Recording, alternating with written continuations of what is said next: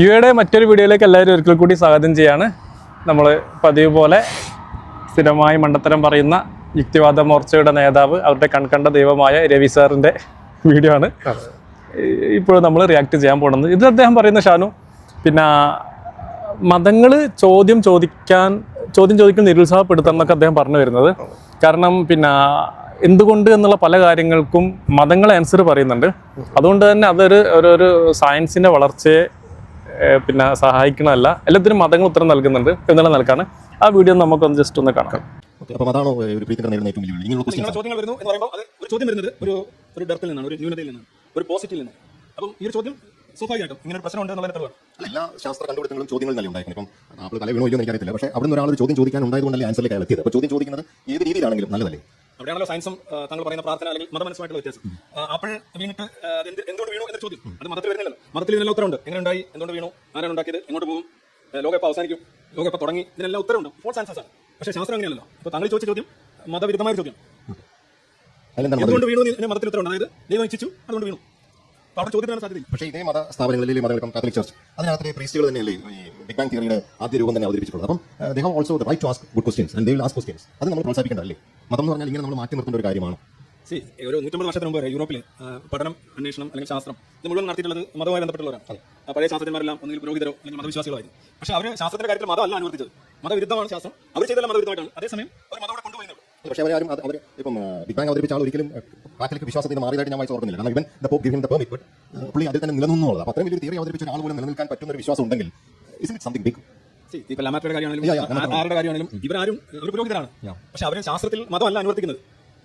Different job.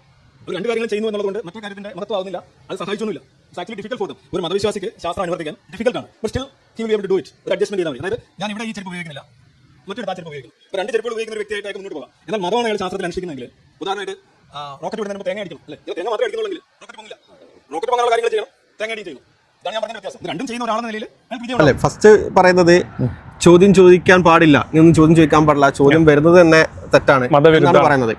പിന്നെ പറയുന്നത് ചോദ്യം ചോദിക്കുക എന്നുള്ളത് ആണ് നല്ല കാര്യം എന്നാൽ പിന്നെ മാറ്റി പറയുന്നത്. കാരണം ശാസ്ത്രമൊക്കെ അങ്ങനെ, ശാസ്ത്ര കണ്ടുപിടുത്തങ്ങളൊക്കെ എങ്ങനെയല്ലേ ഉണ്ടായത് എന്ന് പറയുമ്പോൾ പിന്നെ പറയുന്നത് ചോദ്യം ചോദിക്കുന്നതാണ് നല്ല കാര്യം എന്ന് പറയുന്നു. ആദ്യം തുടങ്ങി വെച്ചത് ഇതൊന്നും ചോദിക്കാൻ പാടില്ല എന്ന് പറഞ്ഞിട്ടാണ്. എനിവേ ഇതിൽ കുറെ മണ്ടത്തരങ്ങൾ പറയുന്നുണ്ട്. ഒന്നാമത്തെ മണ്ടത്തരം എന്ന് പറയുന്നത്, ഇവിടെ അവതാരകൻ ചോദിക്കുന്നുണ്ട്, ഈ ദൈവവിശ്വാസികളാണല്ലോ ഈ ശാസ്ത്രവും മറ്റ് കണ്ടുപിടുത്തങ്ങളും ഒക്കെ കണ്ടുപിടിച്ച ഇത് ദൈവവിശ്വാസികളാണല്ലോ എന്ന് ചോദിക്കുമ്പോൾ ബേസിക്കലി പറയുന്നത്, ഈവൻ എനിക്ക് തോന്നുന്നു രവിചന്ദ്രൻ തന്നെ മുമ്പ് പറഞ്ഞിട്ടുണ്ട്, ഈ ഫിസിക്സ് നൊബേൽ പ്രൈസും മറ്റു കാര്യങ്ങളും ഒക്കെ വാങ്ങിയിട്ടുള്ള ആളുകൾ അവരൊക്കെ എന്താണ് വിശ്വാസികളാണ്. യാതൊരു രീതിയിൽ സയൻസോ മറ്റു കാര്യങ്ങളോ അറിയാത്ത ലിറ്ററേച്ചറും പഠിച്ച് കുറെ കഥകൾക്ക് പിന്നാലെ പോകുന്ന, ഭാവനകൾക്ക് പിന്നാലെ പോകുന്ന ആളുകളാണ് ബേസിക്കലി എന്ത് ചെയ്യുന്നത്, നിരീശ്വരവാദികളാകുന്നത് എന്നുള്ളതാണ്. ഏറ്റവും കൂടുതൽ നോബൽ പ്രൈസ് കിട്ടിയ എത്തീസ്റ്റുകൾ എന്ന് പറയുന്നത് ലിറ്ററേച്ചറിലാണ്. 35% ഒക്കെ വരും. അതായത് മൊത്തം നോബൽ പ്രൈസ് കിട്ടിയ വിന്നേഴ്സിൽ ലിറ്ററേച്ചറിന് കിട്ടിയ 100 പേരുണ്ടെങ്കിൽ അതിൽ 30-35 പേരും എത്തീസ്റ്റുകൾ അല്ലെ അഗ്നോസ്റ്റുകളാണെന്നാണ് പറയുന്നത്. അപ്പോൾ എങ്ങനെയാണ് ലിറ്ററേച്ചർ പഠിക്കുന്നവർക്ക് ഇത്രയധികം വലിയ അവിശ്വാസം വരുന്നതെന്ന് വളരെ സിമ്പിളാണ്. കാര്യം ലിറ്ററേച്ചറിൽ നമ്മൾ ബേസിക്കലി ഭാവനയും ചിന്തയും ഉപയോഗിക്കുന്നുണ്ട്. അത് യുക്തിസഹമായിട്ട് പോവുകയാണെന്നുണ്ടെങ്കിൽ എവിടെ അത് ടേൺ ചെയ്യുന്നു, നിങ്ങൾ automatically you will find out. അങ്ങനെയാണ് ലിറ്ററേച്ചറിൻ്റെ ഒരു പ്രത്യേകത. ബിക്കോസ് യു യൂസ് യുവർ അവിടെ ഒരു ലോജിക്ക് വേണം. ലിറ്ററേച്ചറിൽ തന്നെ ഒരു ലോജിക്ക് ഉണ്ട്. ആ ലോജിക്ക് അതിൻ്റെ ഒരു കാർഡിനൽ ലോജിക്കാണ്, ഒരു അണ്ടർ കറന്റ് ആയിട്ടുള്ള ലോജിക്ക് ഉണ്ട്. ആ ലോജിക്ക് വെച്ച് ഈ മതത്തിന് ഒക്കെ വളരെ നിസ്സാരമായിട്ട് തരണം ചെയ്യാൻ സാധിക്കും. അതുകൊണ്ടാണ് ഈ ലിറ്ററേച്ചർ നോബൽ പ്രൈസ് വിന്നേഴ്സിലെ 3-1 അവിശ്വാസികളാവാൻ കാരണം. പക്ഷേ ഫിസിക്സിലോ കെമിസ്ട്രിയിലോ ഒക്കെ വളരെ കുറവാണ്. അതാണ് ഫിസിക്സിലൊക്കെ 5% താഴെയാണ്. ഫിസിക്സിലാണ് ഏറ്റവും കൂടുതൽ അന്ധവിശ്വാസികളുള്ളത്. നോബൽ പ്രൈസ് വിന്നേഴ്സ് ആണെങ്കിലും കൊള്ളാം, സയൻറ്റിസ്റ്റുകളാണെങ്കിലും കൊള്ളാം. ഫിസിക്സിനേക്കാൾ ഭേദമാണ് കെമിസ്ട്രി. അത് കുറച്ചുകൂടെ മുകളിലായിട്ട് വരും, 5% സംതിങ് വരും. പിന്നെ അതിനേക്കാൾ കൂടുതലാണ് മെഡിസിൻ, അത് 7% വരും. പക്ഷെ ഏറ്റവും കൂടുതൽ അന്ധവിശ്വാസികളുള്ളത് ഫിസിക്സ് പഠിക്കുന്ന ശാസ്ത്രജ്ഞരിലാണ്. അതായത് അവർക്കൊന്നും അറിയില്ല. അതായത് നമ്മൾ പഠിക്കുന്ന സയൻസ് അല്ലെങ്കിൽ അവർ ഗവേഷണം ചെയ്യുന്ന സയൻസ് അല്ലെങ്കിൽ അവർ സംഭാവനകൾ കൊടുക്കുന്ന സയൻസ് ആക്ച്വലി അവരുടെ വിശ്വാസത്തിനെതിരാണെന്ന് അവർക്കാർക്കും മനസ്സിലായി. ഈ സയന്റിസ്റ്റുകൾക്കാർക്കും മനസ്സിലായിട്ടില്ല. പക്ഷെ അതേപോലെ ഇവർ സയൻസ് ചെയ്യുന്ന സമയത്ത് വിശ്വാസം ത്തെ കുറിച്ച് മറന്നിട്ട് അല്ലെങ്കിൽ അത് മാറ്റി വെച്ചിട്ടാണ് അവർ ചെയ്യുന്നത് എന്നുള്ളതൊന്നും അവർക്കാർക്കും മനസ്സിലായില്ല. അവർക്ക് ഈ ഒരു കോൺട്രഡിക്ഷൻ ഒന്നും മനസ്സിലായില്ല. പക്ഷെ ലിറ്ററേച്ചർ പഠിച്ച ആളുകൾക്ക് ഇതെല്ലാം കറക്റ്റ് മനസ്സിലാവുകയും ചെയ്തു. സയൻസും അറിയില്ല, മതം അറിയാത്ത പുള്ളിയാണ് പറയുന്നത് ഒരു സയന്റിഫിക് ഡിസ്കവറി എന്തെങ്കിലും കണ്ടെത്തുമ്പോൾ മതത്തെ മാറ്റി വെച്ചാലേ സാധ്യമാവുന്നുള്ളത്. അതാണ് ഇതിൽ വിചിത്രമായ കാര്യമാണ്. കാരണം ഫിസിക്സും കെമിസ്ട്രിയും ഒക്കെ പഠിക്കുന്ന ആളുകൾ വിശ്വാസികളാകുന്നു. പക്ഷെ അവർ വിശ്വാസികളാകുന്നത് എന്തുകൊണ്ടാ? അവര് സയൻസ് ഒക്കെ പഠിക്കുന്നുണ്ടെങ്കിലും അവർ വിശ്വാസം മാറ്റി വെച്ചിട്ടാണ് ഇത് പഠിക്കുന്നത്. എന്നാൽ ലിറ്ററേച്ചറും മറ്റു ഭാവനകളൊക്കെ പഠിക്കുന്ന ആളുകളെ സംബന്ധിച്ചിടത്തോളം, സയൻസ് അറിയാത്ത ആളുകളെ സംബന്ധിച്ചിടത്തോളം അവർക്കാണ് ശരിക്കുള്ള സയന്റിഫിക് ടെമ്പർ ഉള്ളത്. അവരെ സംബന്ധിച്ചിടത്തോളം അവർ സയൻസ് ഒന്നും ചെയ്യുന്നില്ല എങ്കിലും അവരുടെ വിശ്വാസവും സയൻസുമായിട്ട് ഭയങ്കര യോജിച്ച് പോകുന്നു എന്നുള്ളതാണ്. കാരണം അവർക്ക് ഈ കോൺട്രഡിക്ഷൻ മനസ്സിലാവുന്നു. സയൻസും വിശ്വാസം തമ്മിലുള്ള കോൺട്രഡിക്ഷൻ, സയൻസിനെ കുറിച്ച് യാതൊരു ധാരണയില്ലാത്ത ലിറ്ററേച്ചർ സ്റ്റുഡൻസിന് മാത്രമേ മനസ്സിലാവുന്നുള്ളൂ. പക്ഷെ സയൻസ് പഠിച്ചവർക്ക് ആർക്കും ഇതൊന്നും മനസ്സിലാവുന്നില്ല എന്നുള്ളതാണ് വളരെ വിചിത്രമായിട്ടുള്ള ഒരു കോൺഫിഡൻസ് ആണത്. എനിക്കൊന്ന് ഇദ്ദേഹത്തോട് എന്താണ് ഇദ്ദേഹം സയൻസ് എന്ന് പറഞ്ഞാൽ എന്താ മനസ്സിലാക്കിയെന്നുള്ളതെന്ന് ചോദിക്കണം എന്ന് തോന്നുന്നു. അതിന്റെ ഒരു പ്രധാന പ്രശ്നം കൂടിയാണ്. പിന്നെ ഇതിൽ പറയുന്ന ഒരു പ്രധാന കാരണം എന്താണെന്ന് വെച്ചാൽ ന്യൂട്ടൺ. പിന്നെ അതിൽ ആപ്പിളിന്റെ ചോദ്യം ചോദിക്കുന്നത് കൊണ്ടാണ് നമ്മൾ ബേസിക്കലി ന്യൂട്ടണിലേക്ക് വരുന്നത്. ന്യൂട്ടനെ സംബന്ധിച്ചിടത്തോളം ഇവിടെയുള്ള ഗ്രാവിറ്റേഷൻ നിയമങ്ങൾ, ഗുരുത്വാകർഷണ നിയമങ്ങളും ഇവിടെയുള്ള സംവിധാനങ്ങളും എല്ലാം ദൈവം സംവിധാനിച്ചതാണ്. എന്നിട്ടും ന്യൂട്ടൺ ചോദിച്ചു എന്തുകൊണ്ടാണ് ആപ്പിള് മേലോട്ട് പോകാതെ താഴോട്ട് വീഴുന്നത് എന്തുകൊണ്ടാണ് എന്ന് ന്യൂട്ടൺ ചോദിച്ചു. ന്യൂട്ടൺ അതൊരു പ്രശ്നമായിരുന്നില്ല. അതായത് ഇതെല്ലാം സംവിധാനിച്ചത് ദൈവമാണ് എന്ന് മറുപടി പറഞ്ഞതുകൊണ്ട്, എന്ന് വിശ്വസിച്ചതുകൊണ്ട് ഈ ചോദ്യം ചോദിക്കാൻ പാടില്ല എന്ന് ന്യൂട്ടൺ മനസ്സിലാക്കിയിട്ടില്ല. അല്ല, ഇതിൽ അദ്ദേഹം പറയുന്നത് പിന്നെ ദൈവവിശ്വാസി ആണെങ്കിൽ വിചാരിക്കുക താഴോട്ട് എന്തുകൊണ്ട് പോകണം, ദൈവം വെച്ചു അതുകൊണ്ട് പോകണം, അതിനപ്പുറത്തേക്ക് പോകണ്ട എന്നാണ്. ഇത് പ്രശ്നം എന്ന് വെച്ചാൽ ലേശ കോമൺ സെൻസ് ഉപയോഗിക്കാത്ത പ്രശ്നമാണ്. നമ്മൾ സ്ഥിരമായി പറയാറുള്ള ഒരു ഉദാഹരണം ഉണ്ട്, മറ്റേ ഈ കമ്പ്യൂട്ടറിന്റെ ഉദാഹരണം. ഇപ്പൊ ജാവ ഒരു കമ്പ്യൂട്ടർ പ്രോഗ്രാമാണ് ജാവ. ഈ ജാവയെ സംബന്ധിച്ചിടത്തോളം ജാവ ആരാണ് ഉണ്ടാക്കിയത്? ജെയിംസ് ഗോസ്ലിംഗ് എന്ന് പറയുന്ന ഒരു കമ്പ്യൂട്ടർ പ്രോഗ്രാമറാണ് അതിന്റെ കോഡും മറ്റു കാര്യങ്ങളൊക്കെ ചെയ്തു വെച്ചത്. ഇത് അറിയാമെന്നതുകൊണ്ട്, ജെയിംസ് ഗോസ്ലിംഗ് ആണ് ഇതിന്റെ ഓതർ, ഈ കോഡിങ്ങിന്റെ ഓതർ എന്ന് വിശ്വസിക്കുന്നു എന്നതുകൊണ്ട്, അല്ലാതെ അത് അറിയാമെന്നതുകൊണ്ട് ആ കോഡിങ് പഠിക്കേണ്ടത് ആരെങ്കിലും പറയൂ? കാരണം ഒരാളിത് കോഡ് ചെയ്തു എന്നതുകൊണ്ട് എന്താണ് ആ കോഡ് എന്ന് മനസ്സിലാവില്ല. ജെയിംസ് ഗോസ്ലിംഗ് ആണ് ഈ ജാവയുടെ കോഡിംഗ് എഴുതിയത് എന്നതുകൊണ്ട് എന്തൊക്കെയാണ് ആ കോഡിംഗ് എന്ന് അറിയണമെങ്കിൽ ജാവയുടെ ക്ലാസ്സിൽ പോയി പഠിക്കണം. അല്ലാതെ ആലോചിക്കാം, രവിചന്ദ്രൻ ഒരു ജാവ ക്ലാസ് എടുക്കുകയാണെങ്കിൽ അവിടെ ഫസ്റ്റ് പറയും എന്തായിരിക്കും? ജെയിംസ് ഗോസ്ലിംഗ് ആണ് ഇതിന്റെ ഓതർ എന്തായിരിക്കും പറയാം. അപ്പൊ പിന്നെ കോഡ് പഠിപ്പിക്കായിരിക്കും അടുത്തത് പഠിപ്പിക്കാം. പക്ഷെ രവിചന്ദ്രൻ അതിക്ക് വേണ്ട, ആരാണെന്ന് പറഞ്ഞാൽ പിന്നെ എന്തൊക്കെയാണ് കോഡ് എന്ന് അറിയേണ്ട ആവശ്യമില്ല എന്നുള്ളൊരു മണ്ടൻ യുക്തിയായിരിക്കും. ദൈവമാണ് ഈ നിയമങ്ങളെല്ലാം സംവിധാനിച്ചത് എന്ന് വിശ്വസിക്കുന്നത് കൊണ്ട് എന്തൊക്കെയാണ് നിയമങ്ങൾ എന്നറിയാൻ കഴിയില്ല. അത് വേറെ പഠിക്കുകയാണ് ചെയ്യണം. അത് പ്രപഞ്ചത്തിലേക്ക് നോക്കി ചലനത്തിലേക്കും മറ്റു ഒബ്സർവേഷനിലൂടെയും നമ്മൾ പഠിക്കണം എന്തൊക്കെയാണ് നിയമങ്ങൾ എന്നുള്ളത്. ആരാണ് ഒരു നിയമം ഉണ്ടാക്കിയത് എന്നതിൽ നിന്ന് എന്താണ് ആ നിയമം എന്ന് കിട്ടില്ല. എന്താണ് ആ നിയമം എന്നുള്ളത് കണ്ടു തന്നെ ഒബ്സർവ് ചെയ്ത് തന്നെ മനസ്സിലാക്കണം. അത് തന്നെയാണ് ന്യൂട്ടനും ബേസിക്കലി ചെയ്തിട്ടുള്ളത്.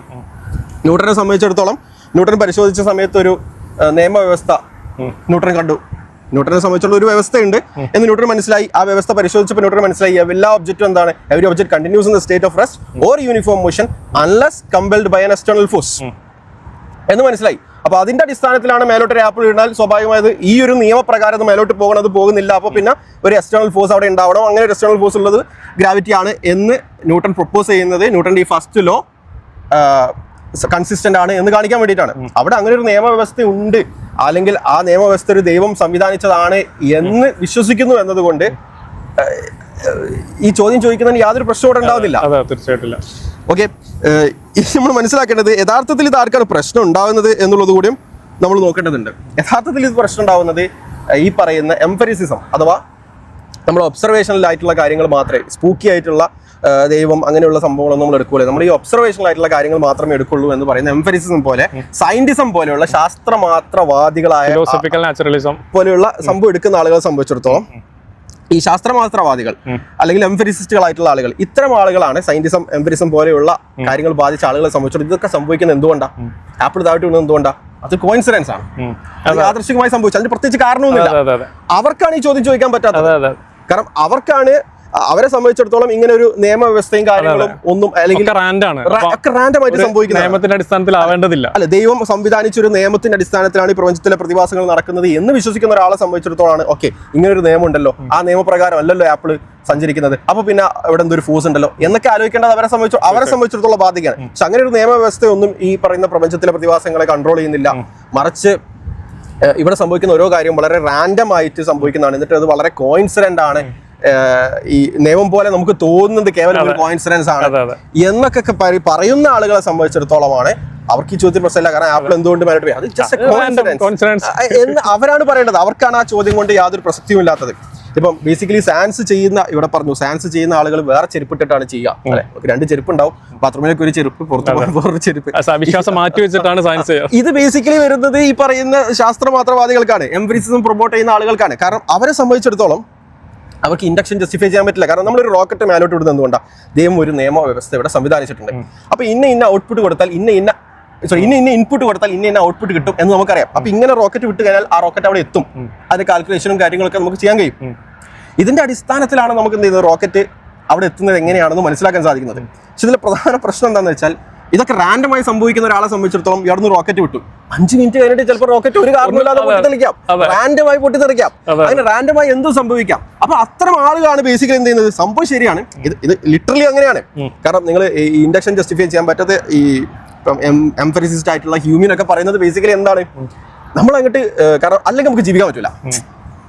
അതായത് നമ്മുടെ വിശ്വാസപ്രകാരം നമുക്ക് എന്താണ് ഈ റോക്കറ്റ് ബാലോട്ട് വിടണമല്ലോ, എന്താണെങ്കിലും വിടണം.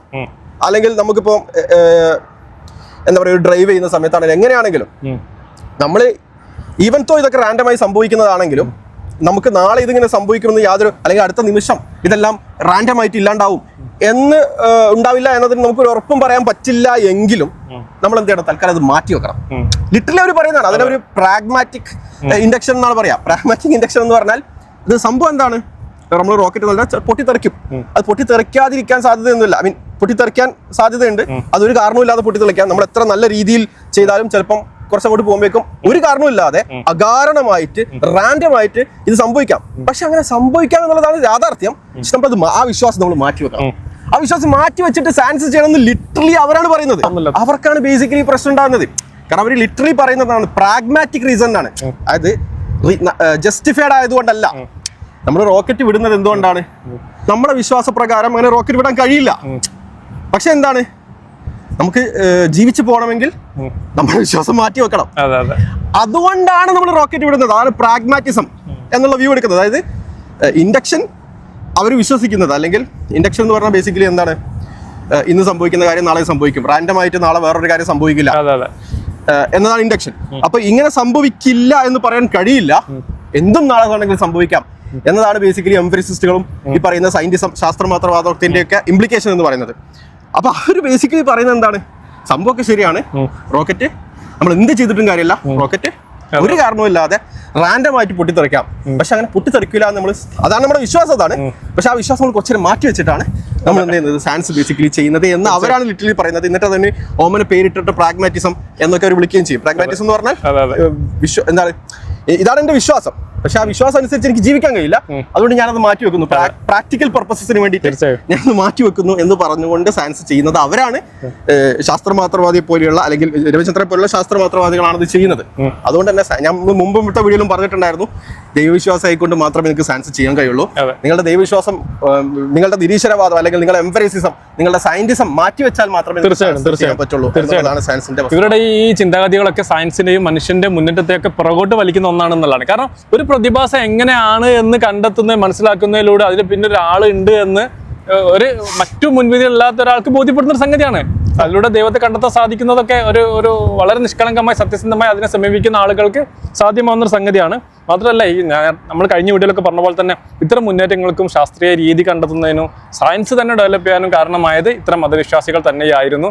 അവർ തങ്ങളുടെ വിശ്വാസം മാറ്റി വെച്ചിട്ടൊന്നല്ല ഇത് കണ്ടെത്തിയത്. മാത്രമല്ല, അവർക്ക് പ്രചോദനമായത് ഈ തരം നിരീശ്വരവാദികൾ അവരുടെ വിശ്വാസം മാറ്റി വെച്ചിട്ടാണ് സയൻസ് ചെയ്യുന്നത് ഞാൻ പറയുന്നതല്ല, അത് അവര് തന്നെ പറയുന്നത്. അതായത് രവിചന്ദ്രൻ ഇതൊന്നും മനസ്സിലാക്കാനുള്ള ബുദ്ധി മൂപ്പർക്കില്ല. പക്ഷെ ഇതൊക്കെ ഫിലോസഫിക്കലി പഠിക്കുന്ന ഒരാളെ സംബന്ധിച്ചിടത്തോളം, അത്തരം നിരീശ്വരവാദികളെ സംബന്ധിച്ചിടത്തോളം അവർക്കറിയാം എന്റെ ഈ പൊസിഷൻ എടുത്തുകൊണ്ട് നിൽക്കുന്നത് ചെയ്യാൻ കഴിയില്ല. ശരിയാണ്, സയൻസ് മൊത്തം അൺജസ്റ്റിഫൈഡ് ആണ്. ഞങ്ങളുടെ വിശ്വാസം ശരിയാണെങ്കിൽ സയൻസ് മൊത്തം അൺജസ്റ്റിഫൈഡ് ആണ്. പക്ഷെ നമുക്ക് സയൻസ് ചെയ്തേ മതിയാവുള്ളൂ.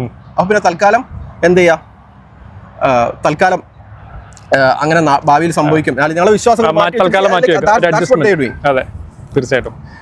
അപ്പം ഇത്തരം മണ്ടത്തരങ്ങൾ തന്നെയാണ് ഇവരുടെ കൺകണ്ട ദൈവമായ രവി സാറിൽ നിന്ന് വന്നത്. മാത്രമല്ല, ഇനിയും രവി സാറിൻ്റെ മറ്റു മണ്ടത്തരങ്ങൾ കൂടി നമുക്ക് റിയാക്ട് ചെയ്യേണ്ടതുണ്ട്. മറ്റൊരു വീഡിയോയുമായിട്ട് വീണ്ടും കാണാം. അസ്സലാമു അലൈക്കും വറഹ്മത്തുള്ളാഹി വബറകാതുഹു.